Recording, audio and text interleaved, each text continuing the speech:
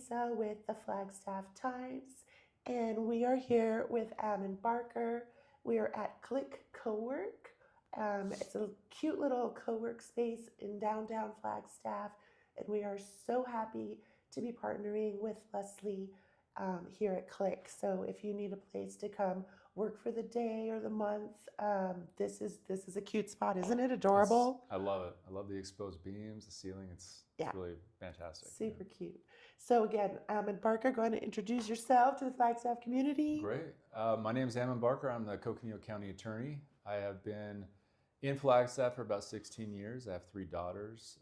Moved up here to practice law, and I started as Deputy County Attorney, and then eventually became a senior deputy attorney, and then the chief deputy. And I was elected recently, about a year and a half ago, to be the county attorney here for Coconino County. You liking it?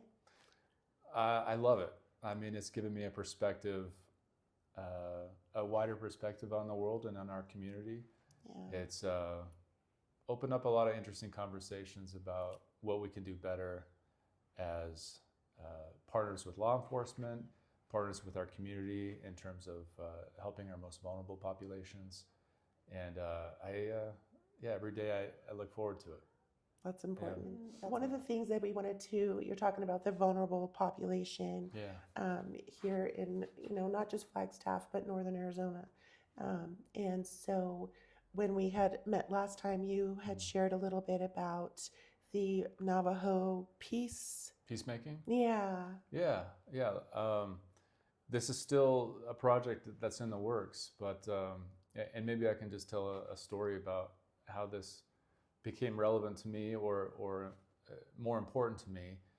A few years ago, we had, through our Criminal Justice Coordinating Council, which is a group of individuals in the court system, public safety, my office, we meet regularly to figure out how we can solve problems in the community around criminal justice. And one of the individuals in the session, her name is Rose Tohi. She's a wonderful person, Navajo, but a leader in the community. And she presented to us about these listening circles where they had gone around Northern Arizona in Coconino County and talked to folks who were justice involved, people who had been through the system or were in the system, indigenous folks. And they provided input about their experiences. And as you can imagine, a lot of it was negative towards the justice system. And that's okay. I mean, that's the point of this, right, is to get the feedback.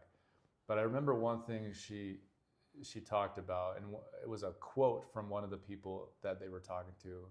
This person said, "There's no compassion because they don't know who we are." And that just struck me so hard. It was like a lightning bolt. And I remember the very next day, I went out to the Cameron Chapter House, which is on the Navajo Nation, not far from Flagstaff, 45-minute drive. And that evening, they were talking about how to get electricity and water to people in their community. And I thought, if this is the challenge, these are the challenges that they're facing out here, what we're asking folks to do in the justice system is a huge hurdle for a lot of people who have transportation issues, who are struggling with electricity and water issues, right? So it really opened my eyes to things that I think I'd been blind to, frankly. When I was a prosecutor, I had cases and I focused on the case, right? But I wasn't looking at things holistically. I wasn't looking at, well, what brought someone into this place where we have to deal with this problem?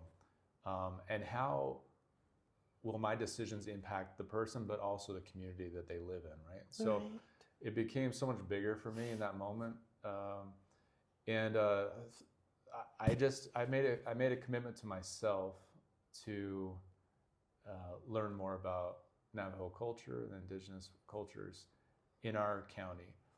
And I spent quite a few trips up to Tuba City to meet with different people. And then I invited someone I met up there. Her name's Rosine Charlie, and she's a peacemaking official.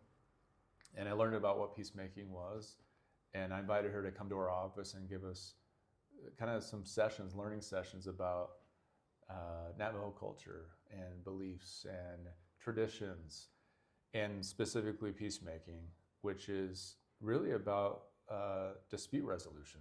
Yeah. And it's an ancient way that they've learned throughout history to resolve issues. And we can learn from.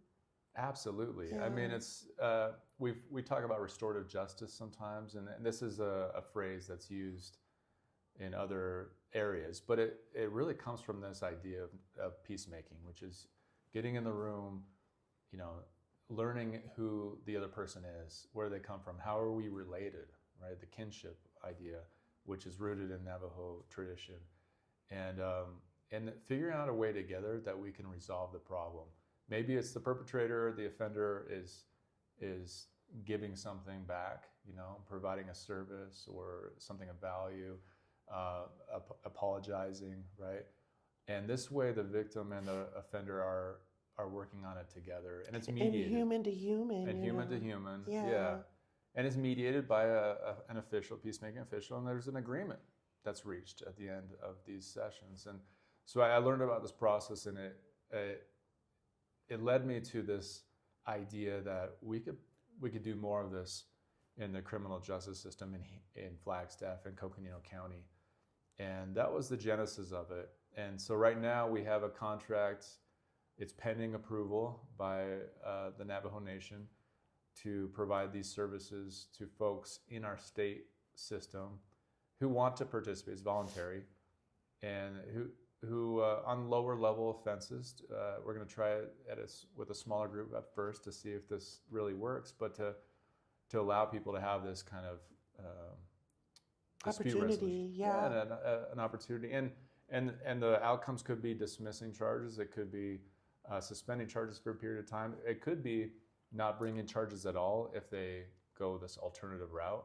So we're just looking at ways that we can branch out and make bridges to community members who look at our system as kind of foreign and maybe not super helpful and getting back on track. So we'll see. I mean, it's still in the process. That's you know, familiar with Right. with them, and how they navigate through Yeah. disputes and issues and stuff. So it's not just so jarring. And That's the hope. Yeah, the hope is Yeah. that this will help people. You know, yeah, the goal for us, for my office, for me, is let's get fewer people in the system. Let's find ways to get people out of the system, back into the community, supporting one another, working, right? I mean, I think yeah. So ultimately, it's not like a hamster wheel, you know. yeah, I think ultimately we all want that. We all want fewer people in prisons. We all want fewer people in the system because it's better for the community if people are out getting well, getting healthy, helping each other. Definitely. So that's the goal. We'll see. Yeah. I like that goal. Yeah.